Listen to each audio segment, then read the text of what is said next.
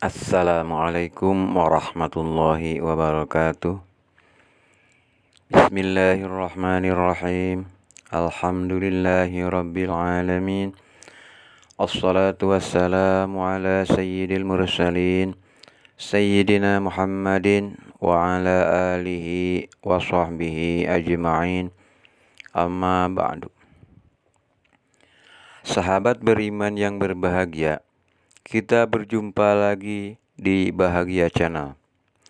Kali ini saya akan mengupas tentang ridho kepada qada dan qadar, yang mana ini adalah merupakan video kelima dari kunci bahagia dunia akhirat, yaitu pertama salat, dua taubat, ketiga la haula, keempat syukur, dan ini adalah yang kelima, ridho kepada qada dan qadar. Baiklah, kita mulai dari definisi qada dan qadar. Dari hasil ijtihad para ulama menyimpulkan bahwa definisi qada adalah ketetapan atau pengetahuan Allah tentang kejadian sesuatu yang bersifat azali dan hal itu belum terjadi. Sedangkan qadar adalah terjadinya suatu yang telah ditetapkan oleh Allah sejak zaman azali. Dengan kata lain, qadar adalah qada yang telah terbukti atau telah terjadi, atau disebut juga dengan istilah takdir. Seperti yang telah kita ketahui bahwa rukun iman yang keenam adalah beriman kepada qada atau takdir, baik itu takdir baik atau takdir buruk. Semua itu adalah dari Allah, dan itu harus kita percayai dan kita yakini. Namun di sini saya tidak akan membahas tentang keimanannya, karena saya yakin semua orang muslim telah mengimaninya. Kalau tidak, berarti bukan muslim. Di sini yang saya akan bahas adalah ridhonya atau menerimanya atas takdir tersebut. Masalahnya, banyak sekali orang yang mengaku beriman kepada takdir baik dan buruk adalah dari Allah, tetapi giliran takdir yang menimpanya itu merupakan takdir buruk, dia tidak menerimanya. Dia menganggap bahwa itu adalah bukan takdir. Dia mencari-cari kesalahan penyebabnya, seperti mengatakan gara-gara ini jadi begini akhirnya, dan memprotes kepada Allah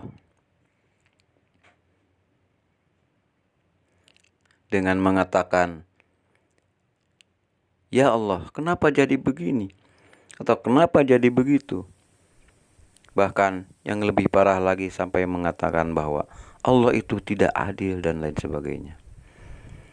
Berhubung begitu pentingnya ridho pada takdir itu, baik untuk kehidupan dunia maupun kehidupan akhirat, dan menyangkut kesenangan di dunia dan di akhirat, di sini akan saya jelaskan orang yang seperti apa yang disebut dengan orang yang ridho pada takdir itu, dan bagaimana cara agar kita bisa ridho menerima takdir itu.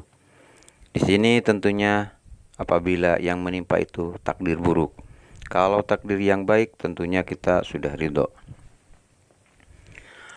Adapun yang disebut dengan orang yang ridho kepada takdir Allah itu ialah pertama, orang yang tidak keluh kesah bila menimpa padanya takdir yang tidak menyenangkan.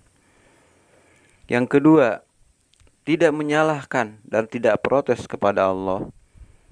Dan yang ketiga, tidak menyalahkan kepada apapun atau siapapun yang menjadi penyebab terjadinya takdir yang tidak menyenangkan. Yang keempat, tidak mengurangi ibadah atau taat karena adanya takdir yang tidak menyenangkan. Yang kelima, tidak menceritakan penderitaannya kepada siapapun yang bukan ahlinya. Yang keenam, introspeksi atau mengkaji dirinya untuk memperbaiki cara hidupnya. Itulah tanda-tanda orang yang ridho terhadap qada dan qadar atau takdir Allah.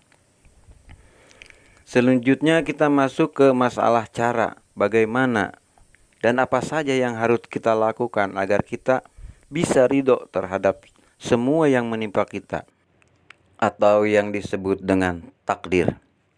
Baik itu takdir yang baik ataupun takdir buruk. Pertama, kita harus berpikir bahwa kita itu makhluk Allah. Kita itu diciptakan oleh Allah. Kita ini tidak punya apa-apa, bahkan kita sendiri kepunyaan Allah. Kalau kita sudah merasa kita ini dicipta, dibuat oleh Allah, dan kita ini kepunyaan Allah, kenapa kita harus protes? Mestinya kita serahkan saja kepadanya. Terserah kepada Allah apa yang mau diperbuat terhadap ciptaannya dan terhadap kepunyaannya. Dalam hal ini perlu diketahui juga bahwa Allah itu menciptakan makhluknya itu sekaligus mengurusnya, tidak membiarkannya begitu saja. Dan Allah itu tidak zalim dan tidak mau mencelakakan hambanya, sehingga Allah menciptakan kita itu lengkap dengan petunjuk-petunjuknya supaya kita tidak celaka.